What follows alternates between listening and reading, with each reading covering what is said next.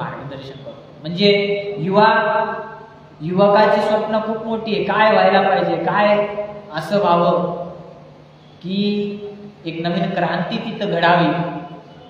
ही क्रांती घडायची असेल तर या ज्येष्ठांनी जे काही अनुभव घेतलेले आहेत, या अनुभवाच्या माध्यमातून ही क्रांती घडते। मग हे कसं होईल? माझा अनुभव असा आहे, या अनुभवाच्या द्वारे हे अशा अशा पद्धतीने होईल, हे त्या ज्येष्ठांचं ठाम मत असलं पाहिजे। म्हणून एक युवक एक ज्येष्ठ यांचं नातं केवळ सहअस्तित्वाचं नातं नाहीये, तर हे सहक्रियेचं नातं आहे। अस्तित्व हे सहअस्तित्वाचं नातं नाही, हे नातं कोणतं आहे? सहक्रियेचं। सहक्रिया म्हणजे काय? सोबतीला मिळून खांद्याला खांदा लावून काम करणे। ही जे सहक्रिया आहे, ही सहक्रिया फार इतर महत्वाची आहे। समाजाच्या पायामध्ये जितकी मूल्य पक्की आहेत, तितकाच तो समाज टिकाऊ असतो। पायाच जर आपला कच्चा असेल तर समाजाची जी रचना आहे, वरचे असलेले जे काही माळे आहेत, हे माळे काय होतील?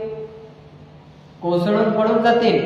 म्हणून समाजाच्या व्यवस्थेचा पाया, हा पाया मात्र भक्कम पाहिजे, तेव्हाच त्या समाजाची जी काही वरची पिढी आहे, जे काही माळे आहेत, हे माळे कशा पद्धतीने भक्कम राहतील? त्या पायाच्या भक्कम असल्या कारणाने हे माळे सुद्धा भक्कम राहतील। मूल्यांची मुळं ज्येष्ठांच्या अनुभवामध्ये असतात आणि त्यांची फळं युवकांच्या कृतीमध्ये असतात। युवक कृती करतो, पण जोपर्यंत ज्येष्ठांची मुळं म्हणजे त्या झाडाची मुळं जोपर्यंत आतपर्यंत खोलवर रुजले गेलेली नसतात, तोपर्यंत त्या झाडाला फळ लागते का?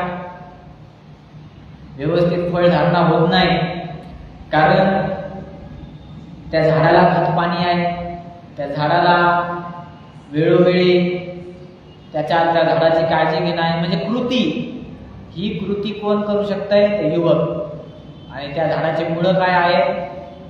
ज्येष्ठ। हे कृती आणि ज्येष्ठ ही मुळं, तरच त्या झाडाला मिळतील चांगली फळं। म्हणून जर आपण फक्त फळाची हाव केली, हे फळ मला हवं, हे फळ मला हवं, हे हाव जर धरून बसलं, पण मुळंच आपण जपली नाही, तर